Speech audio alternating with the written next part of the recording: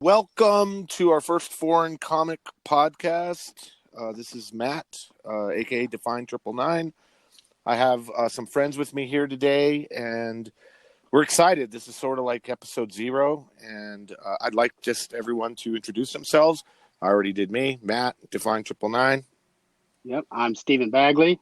Actually, I own TGR Comics, and I am in Florida. Cool. I'm Ken Worthing. I'm the reprobate from the UK, loving loving Captain America and other points in between. Right on. This is Eric Miller. I'm from outside of Philadelphia area. I'm going to be kind of the noob here. You guys are the experts. I kind of recently discovered this community, so I'm like the in that scene from Lord of the Rings, I'm like the Frodo, and you guys are all like the tall Gandalfs and wizards. I'm picking your brains, so I'm excited to dive in with you guys on this and pick your brains and whatnot. It should be cool. Awesome. Yeah, this is going to be fun, and we're all kind of newbies to this particular app, but it's something that's been needed for a long time. We've all had sort of foreign vlogs and lots of foreign groups and stuff, but there's never been a dedicated podcast. So I'm hoping this is going to fill that void. Very cool. Awesome. Yeah, I think so. Yeah. Sorry. Go ahead. And in the interest of staying true to the foreign nature of this, we're going to record this again in multiple languages, right? Not possible. Though, you know what I will say though, and I don't know about you, Ken. I'd say that probably me and Ken have, in this group of 4, we've been doing it the longest. I would say that after you start seeing these books over and over again, and you start to learn how to read some of the language and whatnot, I feel more comfortable with other languages. Yeah, I agree. Very much more comfortable. It's like before I got into this niche, it really did seem sort of alien to me. And now that I've been looking at these same books over and over again, after a while, you start to pick up little words, like, for instance, on the Italian editions, adesivi for stickers, or, I mean, just name it. And you start to see that, and you start to just over time become familiar with it. And I'm not, I got to be honest, man, I'm not scared of other languages anymore. No. I speak some Spanish and maybe the smallest bit of French, Quebecois. but I find that I love that aspect of it too. I really do. Yeah, it's interesting. It is. I mean, when I first started, it was purely about the artwork, and the language is secondary. Whatever language it was secondary. It was always the artwork. But as the years have progressed, it's I'm picking up stuff. I can pick up bits of French now, a bit of Italian, German, a little bit of Spanish. Yeah, it's all good. It's all good. It's all a learning experience. I'm loving it. Ah, cool. Well, let's be in the newbie. Let me ask you guys this, and we'll kind of go around, right? Let's do that. Let's start with you, Ken. How did you get into foreign collecting? What's your focus? Like, what about it? What's your history that brings you to this topic? I started in reading comics when I was, I'm 55 years old now. I'm nearly 56. But I started reading comics when I was 8. And by the time I got to around about 40, 45, I was kind of bored with, the normal stuff. It wasn't doing anything for me. And then I kind of remember back to a holiday I had in Germany when I was about 13. And I picked up an issue of Fantastischen Vier and Fantastic Four in German. And then I kind of thought back to those days. I thought, well, that's interesting. Maybe, these comics are still being produced. And found, hell yeah, all over the world, different variations. And Captain America has always been my focus. You'd have thought it would have been Captain Britain, but no, Captain America, his massive moral compass. And I kind of got in there and, Cap's my man. And it was the Italian editions and French editions and Greek editions and all the rest of it. It's just so much more exciting to me than the US editions. After you've been into the US editions for all your life, this was finally something different, something new. So that's basically me in a 1-minute segment. Right on. Yeah. And Matt, you're the godfather of this in a way. What's your What's your history that brings you to Uh, this? well, I'm not. Well, I'm definitely not an expert. I say I'm an enthusiast. Mm. I'm not the Godfather. Actually, the patron Oh, is two guys. Um, but I'll leave that story for a little bit later. But how I got into this was I've been reading comics since I was young. I was truly a child of the Copper Age. Went through the speculative crash. Sold my entire collection for $50 post speculative crash. Bought a bag of weed with it. Then continued down my path. I left comics for a while, and then I'd say by the late '90s, early 2000s, I got back into it again. I started picking up all the old books that I had from the Copper Age, and then I really kind of delved into it really hard. And started out in the Copper Age keys, Copper Age runs, moved on into the Bronze Age, then moved on into the Silver Age. And as I moved on into the Silver Age, I started feeling like it was becoming a job, and there was a lot of there was a lack of enjoyment. And I really started, and of course I really started seeing with the advent of grading and slabbing and all of that. I felt like the hobby was just losing something. It was losing a sense of worth.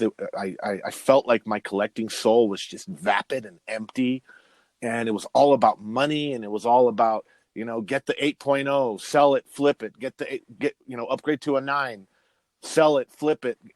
I was a fucking. Can we cuss, Yeah, Ken? do it. No problem. I was a fucking slave to a number on the top of a slab, yeah. and I just, I was almost out of comics. And I was looking for a 252, a Spider-Man 252, and I found a Greek one on eBay. Ended up winning it for like $2 or $3. I don't remember the exact amount, but it was cheap. And I then went to the CGC boards. A lot. There's going to be a lot of talk about the CGC boards because, at least if we're talking about FCC magazine, that was kind of the CGC boards were our beginning. Okay. That's For where we all found each other. That's where a lot of that stuff happened. And then just at the to CGC boards, go sorry ahead. to interrupt, just to clarify the acronym FCC magazine, Foreign Comic Collector. So we should assume that anybody listening to Yes. this is their first step down this path. So you know what I Okay. mean? So Yeah. So like I'm the noob. FCC magazine. Right on. Cool. Yes. FCC magazine was a magazine we created. It was the first Cool. kind of zine dedicated to foreign editions globally from all over the world, and we created that. But I that's the CGC boards is where I found the two guys that I think sort of started a lot of this, and Ken and Tim Bildhauser and a lot of the early guys. And so then from there, once I found this new kind of, I hate using the word niche, but I'm going to use it, this new sort of little niche, I then slowly started getting out of American books and just went full on in. And like we say all the time, this is a sickness. It is a sickness that will take over your life. I've seen it take over collectors' lives to the point where they start to sell their American keys to fund their foreign addiction. And that's what you call a real sickness. Yeah. And that's what happened to me. Interesting. So your focus on collecting, like Ken's is largely Captain America. Yours is all over the place. I mainly like to build sets. So, one of the things about this style of collecting is it's extreme. There is such a thing as a global run. Ken has dabbled in global runs. Tim Bildhauser has. Think about the difficulty of building a run of books. And think about trying to build that globally. It's really hard and it requires a lot of space. So I feel like in the foreign world, keys and sets sort of set the tone because people simply couldn't have enough space for all that stuff.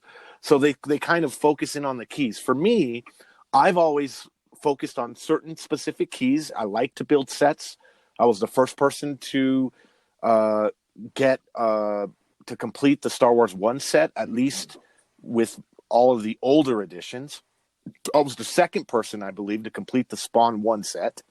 But, sets as well, you run into situations where different collectors are going to have different criteria for what they are. Some collectors want to have, just the covers and not any of the foreign edition covers that match the guts. Some collectors feel that if it has the cover but doesn't have the guts, it shouldn't be in the set. So a lot of that stuff is kind of amalgamous, and we'll get into that. Cool. But my focus has always just been interesting books, certain key sets, and I really enjoy things like the Indo bootlegs and some of the Hong Kong bootlegs and just some of the more esoteric foreign editions. I'm sort of all over the place. If it's cool, I want it. Cool. I'm not like Ken. Ken's the king of cap. Yeah. Steven's focus seems to be, for me, a lot on, like getting these foreign editions signed by the creators, which is a whole nother ball of wax of pleasure. I could say there's nothing more pleasurable than going to a creator and showing them a foreign that they've never seen before. Because these guys, they sit in these cons all day long. They've signed the same goddamn books. You walk in with a book that they've never seen. That's special. If you're able to go to a creator that you respect, and Stephen, I'm sure you can talk way more on this than I. There's something. So my focus is all over. Awesome. Let me ask Stephen his history, but before I do that, so just to define the terminology slightly. So you say set. Set means, and we can talk about the different definitions of that, like you hinted at, right? So you said Star Wars 1. Yeah. Just a sense of size of that collection, that set, right? So does that mean, just rattle off a few countries and how many are in that set, for instance? There's a lot. Let me look, but there are a few countries that are pretty special on like a Star Wars set. The Greek Star Wars 1 is a really cool edition. One of the rarest, and the one that has probably the most cultural significance, would be the South African Super Comic Star Wars 1. That is a hugely difficult issue to find. You have like the Filipino Alamar Star Wars 1, which is a very difficult book to find. As we know, we can get into the Philippines and how difficult that is later. One of the most difficult ones to find is the Arabic. And the Arabic was actually printed as a solo issue, and then it was also combined into like these small books. Right. I actually don't have my Arabic issue is actually pulled from a book. It's not the actual solo issue. But I still could, again, maybe I'm moving the goalposts or whatever. No. But it was a very big set, and I actually took my Star Wars 1 set to Comic Book Men in New Jersey. And did not make the show because I was not the fun guy that you hear now. I was a scared and nervous fish, and not only that, the transaction that we shot had so many books in it that I think it was going to be very complex to edit, and I think in some regards the producers were just lazy. And the editors were just lazy. It was going to be a very complicated transaction. So many books. Can I just? Sorry, can go I ahead. Butt in there just slightly? Yeah. Matt, is go it ahead. okay if I, without naming names, tell the listeners why it broke down briefly without insulting anyone? Okay. Yes. The reason it didn't make the cut was because Matt knew more than their expert. That's what it all boils down to. Okay.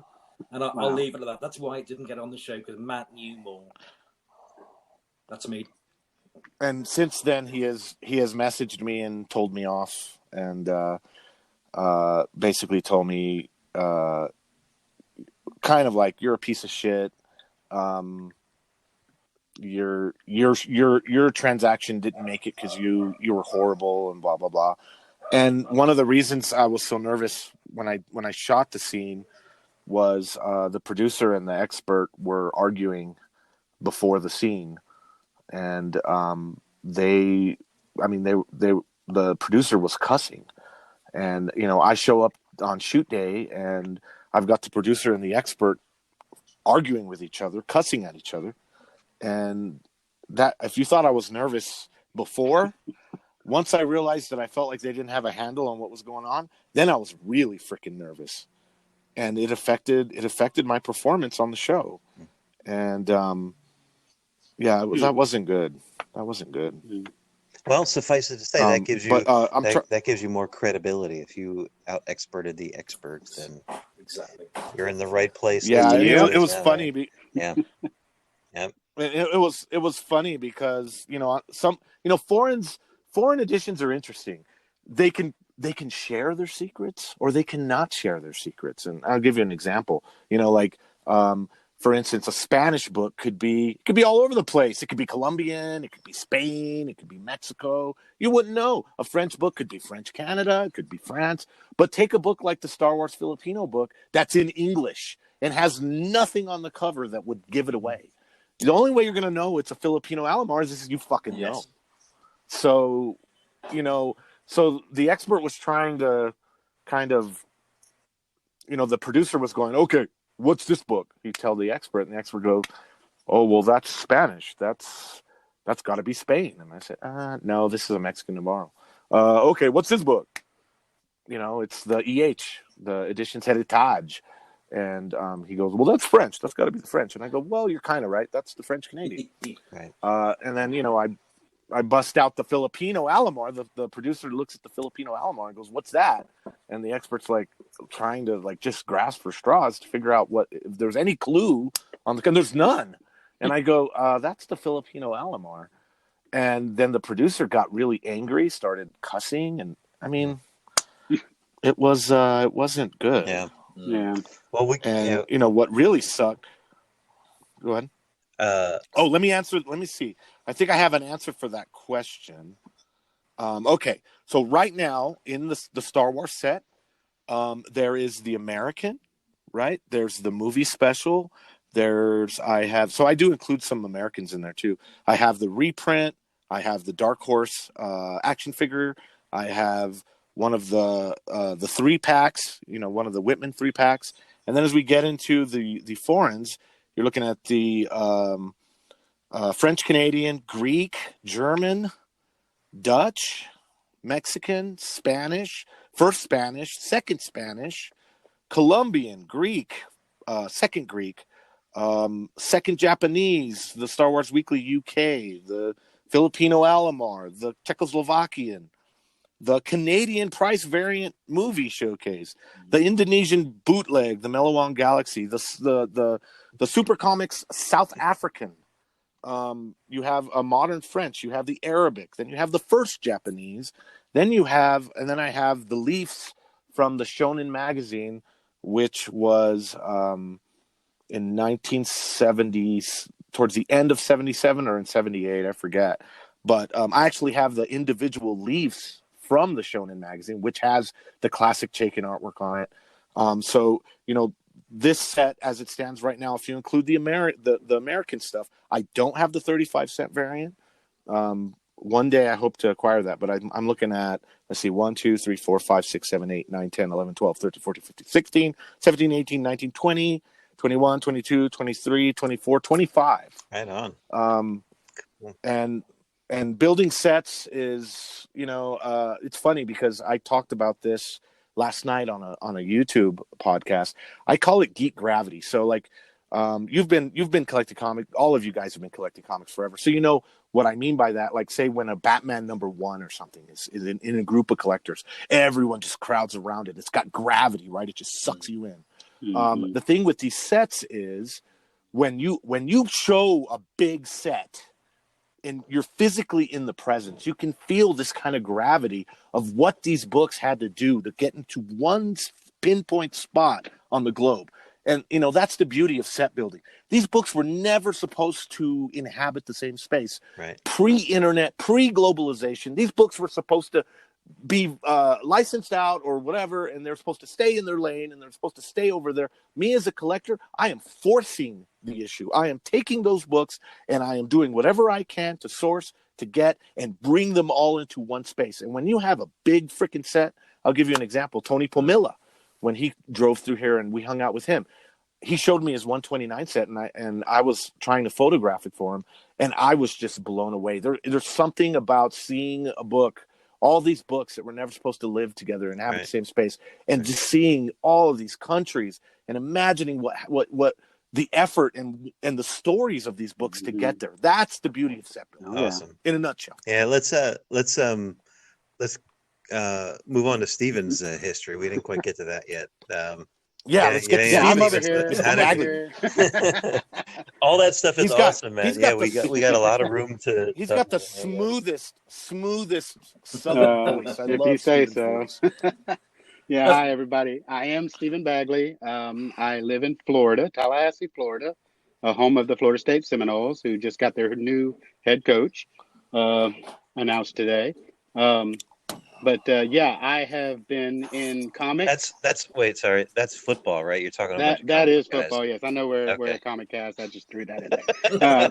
Just because that's the news in the city I live in at the moment. Ken, when we say football, we mean soccer. I know, Yes. I know.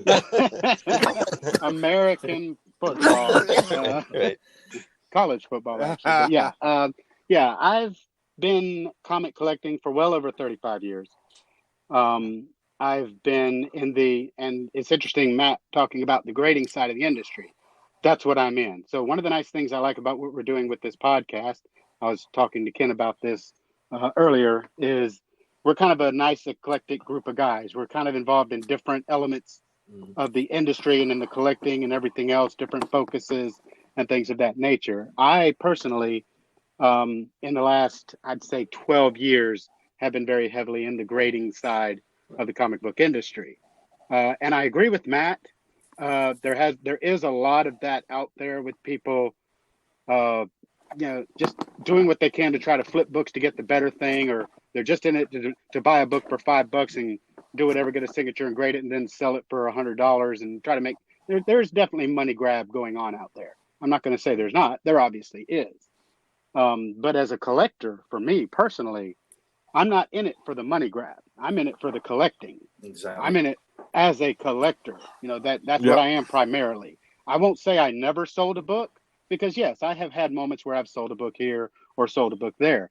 But when I'm going out and looking at books and picking things up and doing things with them, I'm not doing it with the whole mindset of, oh, how can I make money off that? I wonder how much I can make off of this. Oh, can I flip this? That's not what I'm doing. I'm looking at it as something where I can take a book and make it something unique.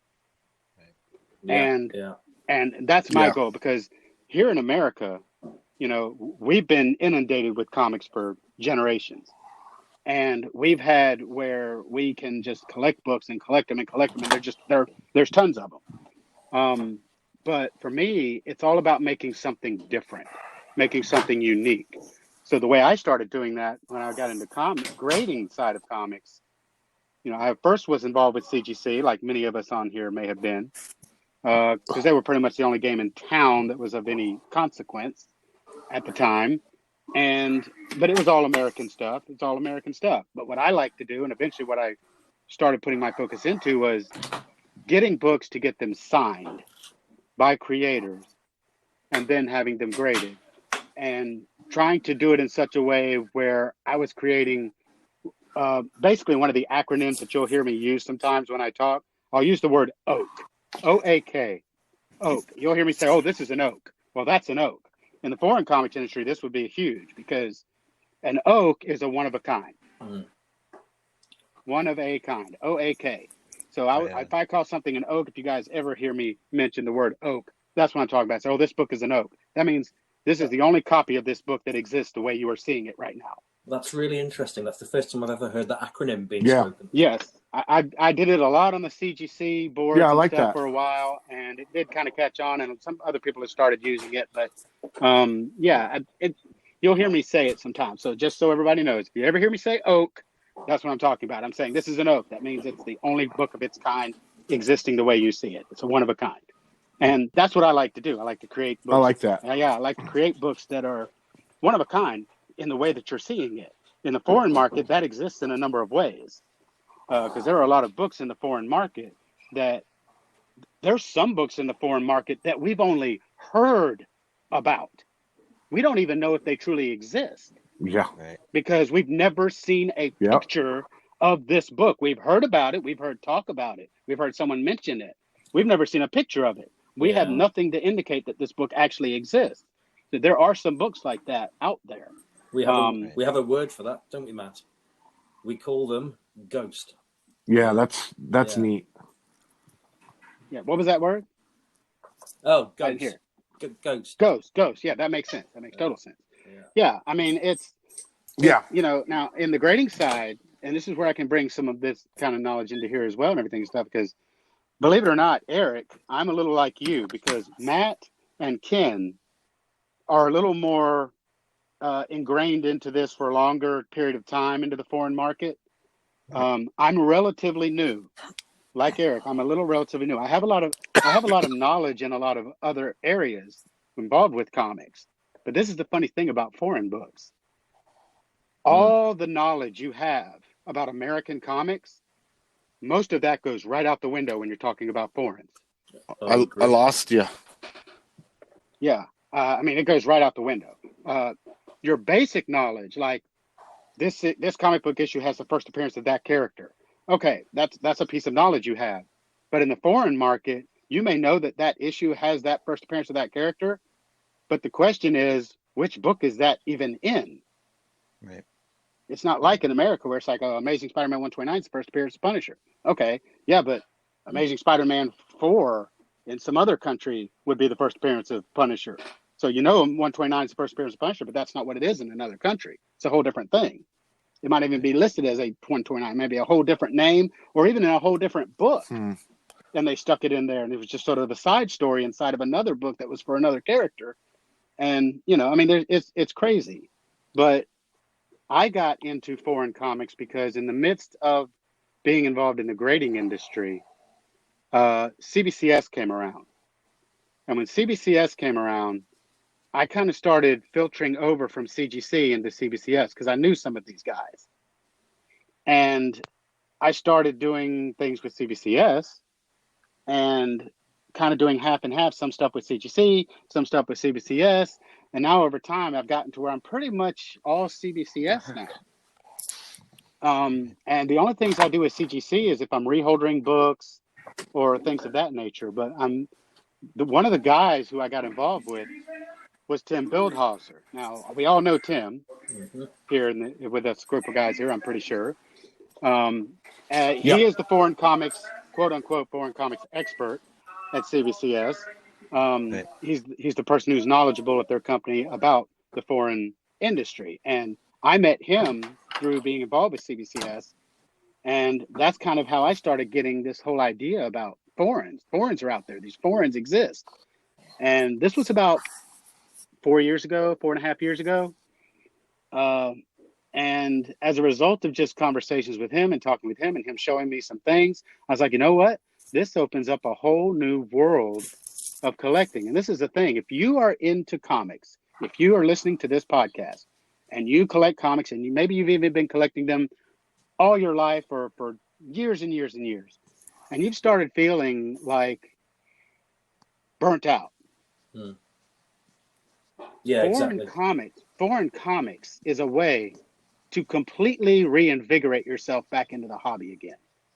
Yeah. Because it's a whole nother world. You see, that's exactly how I felt when I just had enough of the US books. Exactly how I felt. Right.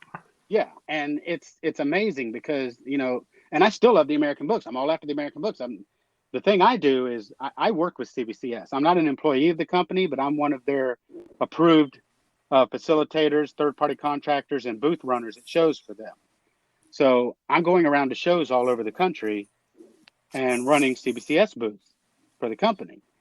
And as a result, I get to go around to all these shows and get in touch with all these other dealers and get to go and browse through all their stuff and everything. And I will say that until this past year or so, it was rare to find foreign books at American shows. Because most of these guys, they might actually have some foreigns, but there's not enough of a market out there sales-wise for them with them to bring them to shows. They're going to want to bring the stuff to the shows that they're more sure of possibly being able to sell. Right. And the foreign books just don't do that for them generally at shows, typically. Right. Except when guys like...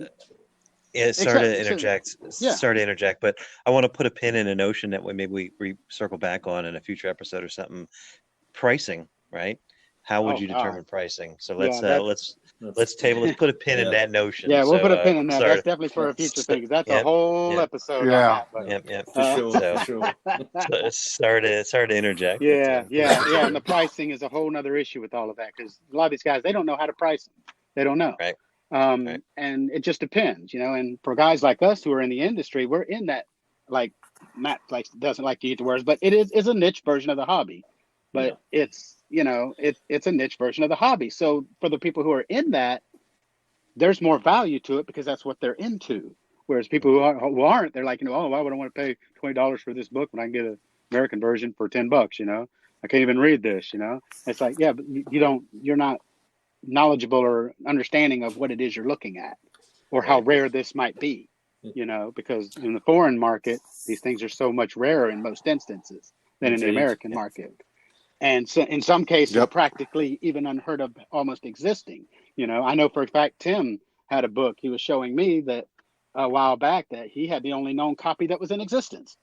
They hadn't found another copy yet, and then recently they found another copy. You know, and it's just, you know, we're This is talking it. about really rare stuff in some cases. This is also the whole thing. Was that the Navarro Sorry. all? I'm just thinking, this is the whole thing about some collectors not really knowing what they've got in their collections. Let's say, you know, some guy who collects all the American books. How on earth would he know, unless he was already involved, that he's got a Philippine book? He wouldn't know. It looks like an American book. Exactly. He wouldn't. Right, Yeah. right. You don't necessarily. No different than you might have all these books in your collection you've been buying from stores over the years and from shows over the years and all this stuff. And you don't know that this one particular book sitting in the middle of your box over here, 3 boxes down on the left, has a signature on the first page. Exactly. You didn't know until you opened up the book and looked in it. There it was. In some cases with these foreigns, it's almost the same thing. Unless you're really looking closely, in some cases, you almost don't even realize it's a foreign edition. Some of the Australians are like that. Yeah. You know, oh, this is a little something Yeah. underneath the Marvel box or whatever with a little bit of the different looking pricing thing. But if you're not paying attention, you don't see that. You may not even realize what you're holding is a, you know, an Australian edition of the book. Mm-hmm. You know, so yeah, I mean, I've grown into it over the last 4.5 years or so. I'm not as knowledgeable as a couple of you are on here, but as far as this side of the hobby goes, but I love it. I'm absolutely passionate about these. I love foreigns. When I go to shows, I walk up to every dealer like, "You got any foreigns?" Yeah. Cool. And they kind of give me this funny look. And they give me this funny look, and they're like, "Well, what do you mean?" I'm like, "Yeah, that's the first thing they say is, what do you mean foreigns?" Right. And I'll say, you know, German editions, Italian editions, French Canadian edition, anything that's not American. Right. And then most of the time they're like, oh, I don't have anything. And they probably look at you like you've lost your mind. Like, what in the world? Why are you asking me that? You know, I mean, either they don't have any clue what I'm talking about. I think or the first thing that comes to their mind is, foreigns, is that some sort of like new street language for drugs? Yeah. What are you talking about? Some new slang here I don't know with these new fangled kids nowadays. No, which by the way, guys, if anyone wants to know, I'm 46. Okay, I'm 46. Right on. Cool. So I'm mostly a Copper Age guy myself. Grew up mostly through the Copper Age with it, with comics. But yeah, I mean, the response I usually get in a case like that is either they have no clue what I'm talking about, or it's, oh yeah, I've got some of that stuff. I didn't bring it with me. Right. You know, Right. because it's that kind of thing. I don't know how to price it. I don't know what to do with it. That kind of thing. People don't generally come up to me in shows and ask for. So why should I bring it to shows? And I understand that as someone trying to make money, I can understand them in that case. But I've noticed in the last few years, I've noticed the community of collectors starting to focus on, look at, and be interested in foreigns has increased. Right. In the last year. Just in this last year of 2019, at the shows that I've been at, I've started seeing dealers have small boxes of foreigns at shows. Yeah. One guy in particular, I forget his name now. It's not hitting me. He literally had 2 long boxes. Of all the boxes he had a whole ton of boxes at his booth. 2 of those long boxes were full of nothing but foreign books. Awesome. Timothy Coop's Comics. Might have been. But I just sat there filtering through. I'm like, oh my God, I never see this much at a show. I never see this many of these things. It's just sitting in the box at a show. I might find I might be digging through a box, looking through all, and all of a sudden here it pops up a Greek edition. Oh, look at here. Here's a Greek edition of Spider-Man number 23 or whatever, and, Right. that kind of thing. I might find one hidden in a box somewhere, that kind of thing. Or I might find somebody who has just a few. They have like a little part of one short box, that might have just a few in it. That's cool. But this guy actually had 2 long boxes, and there's another guy I know as well who's been going around to shows that I've gotten a few from that have gotten really nice grades on. And that's the thing when it comes to the grading side of this. In America, you can find most of the time, you can find American copies of books, especially from like 1975 and up, in really good shape. You'll find copies around there that are in the 9s, 9.2, 9.4, 9.6, 9.8. With foreigns, that's extraordinarily difficult most of the time. Yeah, actually, let's put a pin in that one too, because we could do that's a a whole whole other episode thing around. as well. We definitely need to put a pin in that, because expectations. Yeah, put a pin in that. That's another episode. So let me wrap up this introduction portion here and tie my story in with what you guys all said, right? So you guys all said exactly what I had intended to say, and probably said it more eloquently. I'm a kid of the 80s. I grew up Copper Age, went back, bought all the silvers and went nuts, right? As much as I could. Been in and out of it, right? And the way, Matt, you said it, rings true. And I'm sure it rings true for a lot of collectors and everyone on this podcast, that you're chasing the higher grade or whatever, right? And it's, that's not the joy of it, right? So the thing not with foreigners, no.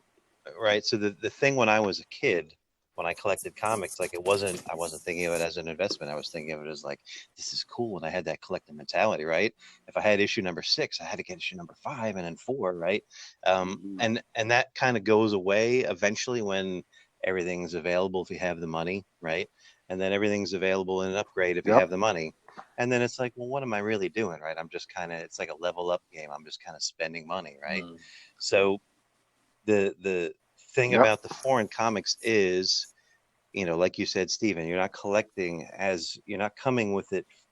it with an investor mentality necessarily. You're coming at it as the collector, right? So there's still that sort of childlike wonderment, right? So you find the new, oh my God, look at this. This is a Filipino version of whatever, right? That's the thing that turned me on to it in the beginning, right? And that certainly has faded over years with, I look at how much money I've spent and, all that kind of stuff. So I think we share that, right? And I wonder how common that is in this community of collectors. I'll bet you there are thousands of dudes like us or girls or whatever, right? That are doing this with that same motivation, that just haven't sort of found this community yet, right? Yeah, sure. Yeah, I mean, it's with foreign books, it's a completionist mentality. It's a rarity mentality. I love owning something. I love owning something that. Sorry, guys. I love owning something that I can sit here and hold and say, you know what? Almost nobody has this. Right. Absolutely. The other thing that's funny about this too, and I'll bet you, Ken and Matt, I bet you have experienced this firsthand, right? So, thinking of your framing of the way you collect in sets, right? There's what? There's 495 countries in the world, I think, right? So your Star Wars set, the ones you listed, you had about 25, right? Let's say, there could be another 450 out there that you have no idea of, right? There could be, absolutely. and that's the thing that's so neat about this too, is that we like to say, oh well, I think it's complete. Nothing's ever complete because you never really know. There's so we're just barely scratching the surface of the foreign output of the rest of the world, especially when and then there's also really cool comics that are foreign creations that Fantomas in Mexico is a good example. Fantomas is like a mandrake type character, but he's kind of like the Punisher too, and he's kind of like a James Bond as well, and I think he's got like magic. He's like a magician, and he steals from the rich. He's kind of Robin Hood-esque, and he bangs hot chicks, and there's also a lot of really interesting foreign output and foreign creations out there that we haven't even got to yet. You know, of course, the set building stuff. You know, right now within the foreign hobby, it's very kind of based on the American pop culture reflected back at us through a foreign lens. But there's just so much more to go. And you know, what I was talking about last night too on that YouTube channel. What was so interesting was, you know, normal journalism within the comics industry, it's covered everything. Pretty much anything you can imagine has been written about, whether it be debating storylines, whether it be, you know, what if this, what if that, rare golden age books, all of that. You find them in everything, right? There's a lot of journalism that was dedicated to that. But then when you go start searching and researching a lot of these different foreign publishers and the output that they did and how they did, there's nothing out there. It's like quiet. It's so, there's just nothing it's just a big out void, there, isn't it? So it's almost like the wild, wild west of comic collecting. It's a huge. It is. and that's exciting. The fact that Eric, you know, you said you're kind of relatively new, but you can make a find tomorrow. Let's say you decided that you just wanted to dive deep into like Indonesian bootlegs. There's stuff being found, new stuff we've never seen before in the Indonesian bootleg market getting found all the time. Speaking of Tim Bildhauser, Stephen, you had mentioned Tim Bildhauser and some of his books that are the only known fucking copies. You know, we have believed that an All-Star Western 10 National Bookstore of First Jonah Hex has existed for a long time. We thought it existed. We saw books that were kind of around it. We know that the Weird Western 12 was there. An All-Star Western 11 popped up through our Filipino source. And, you know, I contacted Tim and I sent him pictures and Tim about shit himself. And of course, Tim got the book. But now we have debated whether the All-Star Western 10 has existed for years. Right. And an All-Star Western 11 popped up. The only one that we've ever seen. Cool. Yeah. The only one we've ever seen. Yeah. And so it's like, that kind of shit's getting found all the time. And what other area within comic book collecting are finds and stuff like that? Yeah. I mean, there's only one area. It's in the foreign edition world. And that was the thing. That was the joy of discovery, right? It's, you know, it's the going to the, you know, the comic shop when you were a kid and finding this new thing that you didn't know about until it was right there in front of you, right? That was the fun of it, right? Let me so obviously Tim is gonna have to be a future guest. We've name checked him a dozen times already, right? For sure. For sure. So let's kind of go around a little bit. There's a lot of so this is episode 0, so we don't want to, like, you know, pardon the phrase, blow our wad all on this episode. But there's a lot of right. Hence the pen pudding. Right. Yeah, there's a lot of topics we can talk about. So, you know, sourcing, right? You know, we can profile publishers, we can profile countries, how the licensing may have happened, right? Definitions, terminology. You know, I heard you, Matt, on lexicon. I heard you, Matt, on another show talk about indigenous bias. We could do a whole episode on that, which is amazing. A whole episode on foreign indigenous bias. I mean, that's such an interesting topic. You know, it deserves to be fleshed out in itself. So let me ask you each, maybe start with Stephen. What's your hope for this podcast? So how do you see this going? Like, what do you want to get out of it? What do you want to accomplish from this podcast? I don't know. I love this new version of the hobby, I guess I could call it, that I've loved for so many years. And I would just love to be able to have something like this reach more people, be able to make people more understanding and knowledgeable about what is out there and why it's out there and what it comprises and what that can mean for you as a collector, you know, and what that can mean for you for your collection and your interest in the hobby. I would love to see it generate more interest and fun and more people, because the more people we have out there in this hobby and looking for these things and doing this stuff, just like mentioned here, the more of these things might pop up that we finally get to see that we haven't seen before, you know? So yeah, we need more agents of discovery out there. Go out and find these books, everybody, right? Yeah. How about you, Ken? What's your statement of intent, if you will, for this podcast? To be fair, you know, the words have been taken out of my mouth. That's exactly how I feel about where we're going, you know. I think it's basically introducing more people to what we do. The way forward for collecting. It's such an exciting thing, and you only have to have that first gateway book which you find in a stall for $5, and then realize, oh my God, it's not American. What is this? Look at the art. Hey, the artwork's different. That sort of thing. Right. Yeah. Those things that just make that give you a big broad smile. I just want this podcast. I want us to just move forward and just get lots of people into it. Spread the word. Basically. Spread the word. Yeah. So when you let me know, random question before we get to Matt's thoughts on statement of intent. So, I collect somewhat in a vacuum. Like I'll show it to my girlfriend or my friends. I'll say, check it out. This is Captain America 1 in Italian, right? And she's like, oh yeah, that's cute. Pat on the head kind of thing, right? That's part of this too, is like, check it out. I'm not the only guy that thinks, check it out. Compare this to that. How interesting is that, right? Exactly. Exactly. Yeah. I mean, I'm so camaraderie. Camaraderie. Right. Friendship. And I was about to say I'm so geeky, but I should really broaden out and say we're so geeky. So we look at a cover and think, hey, the brickwork's coloured different in this issue. Yeah. Right. They've coloured it blue. Why isn't it yellow like it is in the US issue? Hey, this cover image is completely reversed. It's the negative of the image. Exactly. Yeah, it's the Arabic. Yeah, exactly. It's red right to left. So Superman's S is a 5. And even more subtly more interesting is, hey, that original Swordsman's helmet, that's the version that Kirby redrew. And it didn't make the American cut.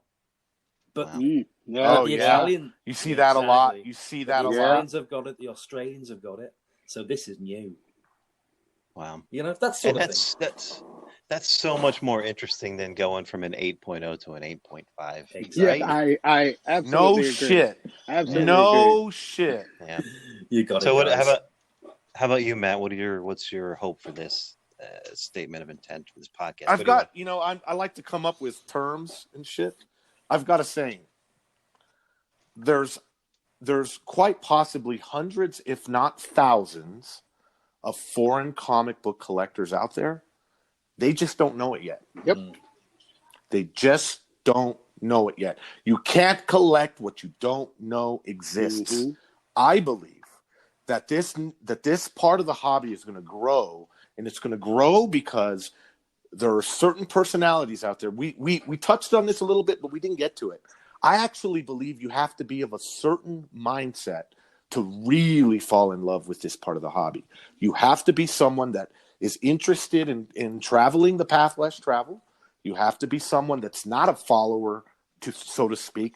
You like doing things that are not what everyone is doing. You don't have a problem being that odd person out that's not following the path. And those types of personalities really take to this type of the collecting, of the comic book collecting world, like ducks to water, man, because they just, it's, and so I think that what I would hope for this podcast is that a lot of those hundreds or thousands of collectors out there here in the States or elsewhere find what we're doing and go, holy shit, I was feeling lost. Yeah. I was feeling like I was just, again, a slave to a number on the top of a slab. I was feeling like I'd seen all these same books. I'd read all the articles on all the different stuff. I've already read 100 articles on the death of Gwen Stacy and how it affected Spider-Man's timeline and blah, blah, blah, blah, blah. But look at these non-canons. Right. Oh, yeah. Where Gwen Stacy's still alive and she lovingly looks into Peter's eyes on the side of a tree and they're still boyfriend and girlfriend, and he has a dream that he marries her. Oh, and by the way, the maestro, Jose Luis Duran, drew Gwen Stacy as a nice, fat ass, thick, rice and bean fed girl. Not the Gwen Stacy. No offense to the classic creators, but not the twiggy Gwen Stacy of the 70s, the nice, thick ass Gwen Stacy.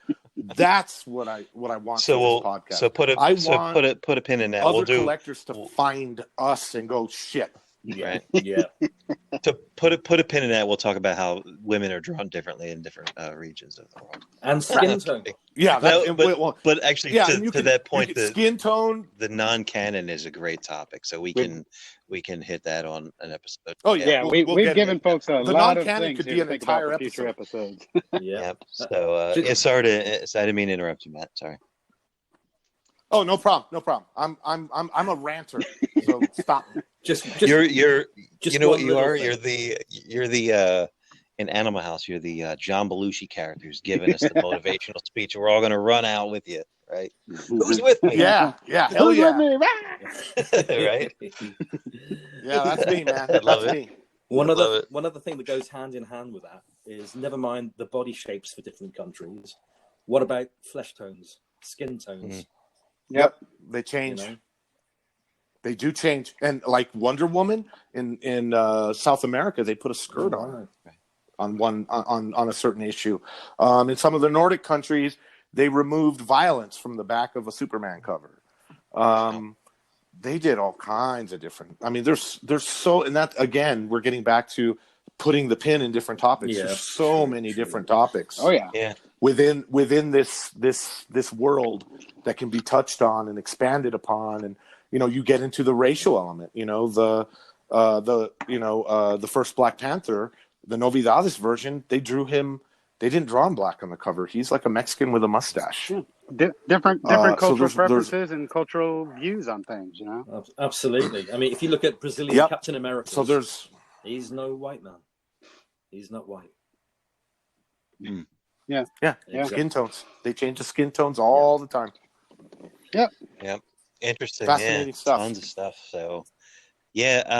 Well, let's. I mean, we're coming up on an hour, so let's maybe do a couple plugs, right? So there are resources out there currently. Facebook group. Matt, do you know that address off the top of your head? Yeah, if you go to Facebook, you're going to look up Foreign Comic Collector Magazine official group, and you can find that in the groups. It's public, it's searchable. Foreign Comic Collector Magazine official group. We also have our Foreign Comic Collector page, and Ken does a wonderful job of adminning that page. And then, there are a couple other really cool foreign sites. Globo Comico is another. Right now, I would say your best bet is to use social media and go onto Facebook and find. The really nice thing about our group is that everyone is super nice and super cool. And you can go on there and you can ask questions. You can be a noob. There's no fear of being a noob. Everyone has to start as a noob. Go in there, ask questions. Or what I've noticed, a lot of the new guys that are kind of dipping their toes in the niche, they'll go on there and they'll just pick a favorite book. Say they'll pick a book and they'll go, "Hey guys, can you help me figure out how many countries did this book?" And everyone will chime in, and there's people involved in helping others. So, just go into the groups. And then I would say also, if you're new to this and you just want to kind of dip your toes in it, just start out by going on American eBay. There's a lot of foreigns on American eBay. And if you have a pricing question, you can hit up any of the old school guys. You can message them and say, "Hey, I'm just curious if this is outrageous a price, or if this is within the realm of possibility or reality." Right. And most of those guys will come back and tell you, "Yeah, that's actually a pretty good price there," or "This guy's crazy. He's never going to get that." Right on. Right. Because we do run into that there is no guide to this shit. There is no overstreet. Nope. So for a lot of newbies, it scares them because there's everyone's so scared about overpaying, but you're going to have to get away from that. You're going to have to kind of move away from overstreet and all that shit kind of holding your hand, because there's no one to hold your hand. I have a golden That's rule part about that, of the actually. pool. I have a personal golden rule. If you see it, buy it. That's it, short and simple, because you might not come across that issue again either in years or ever. Right. Yeah. And Ken, you have your. So how much is if it's overpriced by $100? How much is that worth? Exactly. It's the same. Yeah. Yep. And so, Ken, your website. Let's make mention of that too, because it is comprehensive. Thank you very much. It's a bit easy, to be fair. It's obviously www.mynamekenworthing.com. Cool. Easy. And what do you have on there? What do you have on there? The king of cap. well, it's basically separated, segmented, shall I say, by country. So if you visit the main landing page of the website, look on the left-hand side, you'll see lots and lots of different countries. If you hit a country tab, it'll open up and there'll be thumbnails of a hell of a lot of caps from that particular country. You click on a thumbnail and that will expand to a big, lovely 300 DPI scan of the front cover. Everything that I've ever had, I've scanned and I've put it up. So, yeah, Awesome. you want to see a cover from another cool. country, click on it, go there. Yeah, it's one of the first sites I discovered in this niche, to use the word. Yeah, and it's awesome. Thank you. That's probably one of the things that lured me in most. So kudos on you and all the work. Yeah, Ken's site's awesome. Yeah. Thank you. Yeah. And Matt, where can people get the back issues of the magazine? You sent them to me directly, but are they available on a website or anything? No, they're just available. See, we used to have, that's a whole nother story too. We used to have a site, we had a forum, Okay. and it just got hard. It got difficult. But anyone can come to me on Facebook, hit me up by Messenger, and I'll send them the links. We need to. Right now, they're just sitting in a Dropbox. But maybe you know what needs to happen. I think Ken, we need to make those in a on the Facebook page in the group. We need to do like a tag or like a pin post where all those are all available to download, so that anyone can go. We just haven't done it yet. Just put it in the files. But of the we'll Facebook get page. to that. No problem. Consider it done. No worries. Yeah, I'll sort that. We need to do that at some point. We need to figure that out. Easy. I'll sort that out. No problem. And not to leave you out, Stephen, are there any resources that you want to make mention of that we didn't touch on? Any plugs? No. Okay. All right. Cool. Well, yeah, we're at about an hour. I don't know if you got one. We can talk for hours and hours and hours, right? But, for episode 0, and we're gonna we still have to record this in Hindu and in Portuguese, in Greek, and in Tagalog. Right. Kumbawa, everybody. Kumbawa. Right on. Yeah. Right on. Actually, you know what? I do have a question for you, Stephen. So you have the one of a kind, your thing, right? Yeah. God forbid, house is on fire. What's the one book you grab? Your one of a kind, one book. The oak. Oh my goodness. I have so many oaks. Actually, it's kind of funny. I've got quite a collection of oaks. It'd be hard to pick just one thing. To be honest, even though I love the forens and I love it and I love all my oaks and everything, probably the one book I would most just immediately say grab it and run would be my Gem Mint 10 New Mutants #1. Mm.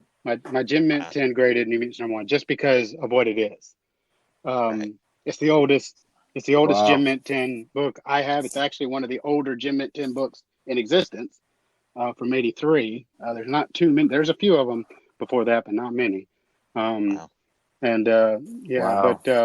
that would probably be the first thing I grab. But right after that would probably be one or two of my other foreign books that I know I just couldn't replace the way they are, not easily. So, yeah.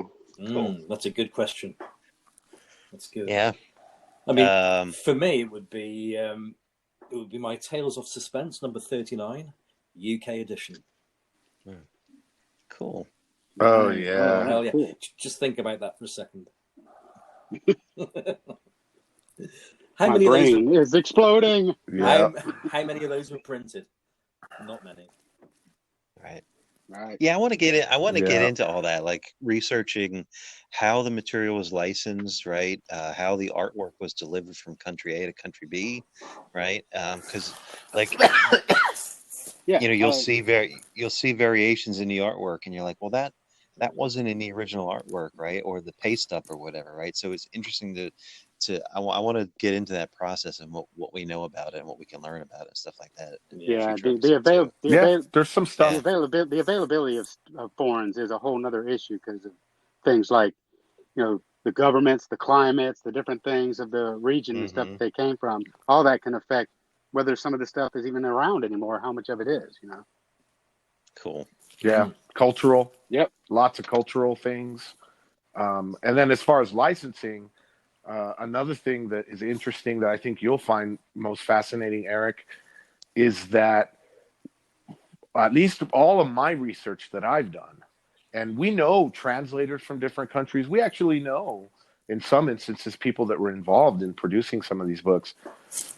And one of the things that seems to just get brought up and rehammered home all the time is that Marvel and DC really did not give a shit about their licensors and how they treated their properties. Right. All they cared about was that the check cashed. And it's so different from nowadays when those properties are so safeguarded, and I mean they won't even let a little kid that loved Superman put Superman on his gravestone, for Christ's sake. So but back then they literally did not give a shit. If you were a foreign publisher and your check cashed, you could do pretty much whatever you wanted. You could combine Marvel and DC. You could take DC villains and throw them in with Marvel superheroes. You could. We think that in some ways in the Philippines, the printer had the license for certain bookstores, and then maybe sold out the back, stripped out some of the information in the indicia and printed it for another for the Alomar bookstores. I mean, there's all kinds of funky stuff that happens. Cool. Where we think that the licensors just went. The non-canons being another one where the Mexican creators swear they traveled to New York and they met with Marvel, and Marvel gave them permission. But then if you go back and you read some old blogs I've read have Roy Thomas and some of the editorial staff there at Marvel saying, we never gave the Mexicans permission to do that. Right. I don't know what they're thinking. What's the truth? I think the truth is somewhere in the middle. I think the La Prensa guys flew to New York and the licensing department just told them, yeah, do whatever you want. But try to mimic Steranko and Ramita and try to mimic those styles. And that's why you see Jose Luis Duran doing a lot of these cover swipe homages from other American art, was because they were told to try to mimic that style. And I personally think that the licensing department at Marvel just didn't even tell editorial, just said, yeah, oh, you want to keep Gwen Stacy alive? You want to do your own thing? Do it. Who cares? Oh, here's your check. Yeah. Great. Cash. Good. Yeah. See you guys later. Right. Right. And so the neat thing about this too is we can dig up a lot of skeletons. These skeletons were never supposed to come back and haunt DC and Marvel. They never were. This was pre-internet. If something was done in the Philippines or in Europe, it might as well have been on fucking. Yeah, it wasn't going to affect. It wasn't going to affect anything here in the States. Yeah. Nope, not at all. Wasn't until globalization. Once globalization happened, then all those skeletons in the license departments then come back. And now we know where some of the bodies are buried. And that's fascinating. Oh, yeah. Nice. And we might even give you GPS coordinates to find those bodies. 3.295. Nice. Very cool. Well, guys, shall we? We've hit. Actually, I've got about 80 minutes recorded and probably around about 60 minutes of usable. So, who would like to take us out on this introductory episode? I think it's got to be Eric, because he's done such a great job. Sure, yeah. Oh, yeah. Absolutely, yeah. Yep, Eric. Lead us out. Go, Eric. All right. So, yeah, I mean, this is all super fascinating. And again, we could talk for hours and hours and days and weeks, and hopefully we'll do that. So we got a lot of topics to cover. I don't want to ask what's next, because we could probably have another hour talking about what we should cover next. But suffice it to say, we will have a next episode coming soon. One after that. Awesome stuff, guys. I'm learning in leaps and bounds from you guys, so I appreciate it. Hopefully anyone listening is learning, and we're piquing their interest and inspiring them. And, like Matt's saying, like there are these collectors out there. Hopefully we're building the community, right? So, Yep.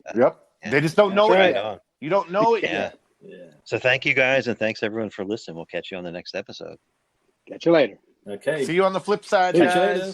Bye for now. Catch you guys later. Right on. Cool.